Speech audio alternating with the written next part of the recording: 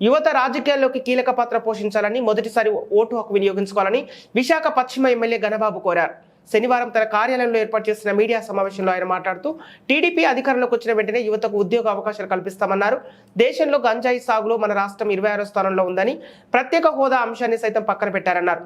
TDP ప్రభుత్వం ఎంతో ప్రతిష్టాత్మకంగా అమలు చేస్తున్న విదేశీ విద్యా పథకాన్ని సైతం పట్టించుకోవడం లేదని, పక్క రాష్ట్రాలు మనకంటే ఎక్కువ అభివృద్ధి చెందుతున్నాయన్నారు. యువతను ఆడుదాం ఆంధ్ర కార్యక్రమం పెట్టి యువతను తప్పుదో పట్టించారన్నారు.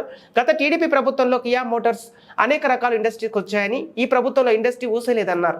అంటే ఈ వాటర్ మనము ఇక్కడే కాదు, రాష్ట్ర వ్యాప్తంగా బడ్జెట్ కేటాయింపు చేస్తే ఇన్ఫ్రాస్ట్రక్చర్, స్టేడియాస్ నిర్మాణం చేయాలి, ఈవెంట్స్ కండక్ట్ చేయాలి, అలాంటివన్నీ వదిలేసి కేవలం ఎలక్షన్స్ ముందు యువతని ఈ రకంగా ఆడుదాం ఆంధ్ర పేరిట అది కూడా ఫెయిల్యూర్ ప్రోగ్రామ్ అయింది. ఈరోజు ఆ డబ్బులు కూడా వేస్ట్ అయ్యాయి. ఈ దేశానికి చాలా బలం యువతని ఒక పర్ఫెక్ట్గా ఉపయోగించుకున్నటువంటి దేశాలు అగ్రగామిగా ఉంటాయి, ఆ రాష్ట్రాలు కూడా అభివృద్ధి చెందుతూ ఉంటాయి.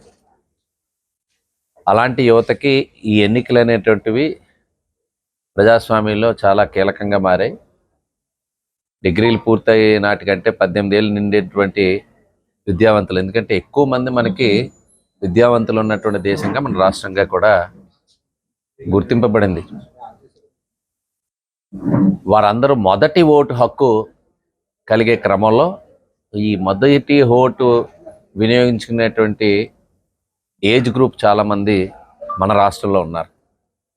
వాళ్ళందరికీ కూడా ఒక్కసారి మన భవిష్యత్తు, రాష్ట్ర భవిష్యత్తు కానీ ఈరోజు ఏదైతే యువత మన రాష్ట్రంలో ఉండేటువంటి పరిస్థితులు చూస్తే గత పాలనలో యువత భవిష్యత్తు నిర్వీర్యం అవడమే కాకుండా ఇంత బలమైనటువంటి వ్యవస్థని ప్రాపర్గా ఉపయోగించుకోకపోవటం,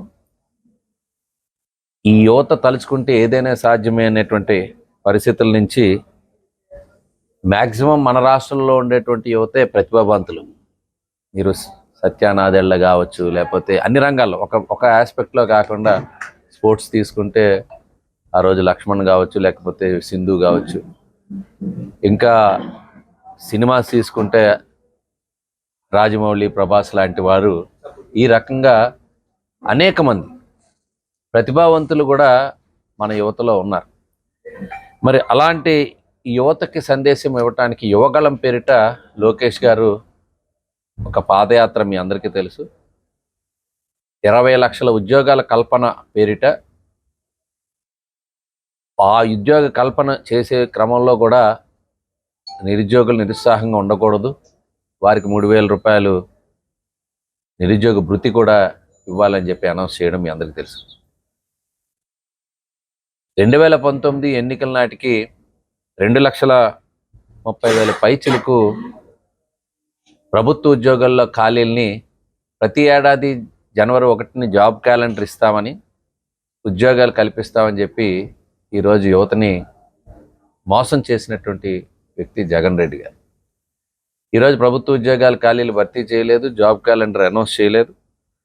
ఈరోజు మన రాష్ట్రం నుంచే వలసలు ఎక్కువ ఉన్నాయి. ఈరోజు మన దగ్గర ఉద్యోగాలు లేక పక్క రాష్ట్రాలకు చదువుకుని విద్యావంతులు ఎంతోమంది ఉంటే వాళ్ళందరూ కూడా ఈరోజు ఒక పిఎల్ఎస్ఎఫ్ గణాంకాలు, ఆ సర్వే ప్రకారం, నివేదిక ప్రకారం 24% ఈరోజు ఈ అన్ఎంప్లాయ్మెంట్ రేట్ ఉంది. అత్యధిక గ్రాడ్యుయేట్ నిరుద్యోగులు ఉన్నటువంటి రాష్ట్రంగా ఈరోజు మన రాష్ట్రం గుర్తింపబడడానికి కారణం ఈరోజు వీరి పాలన.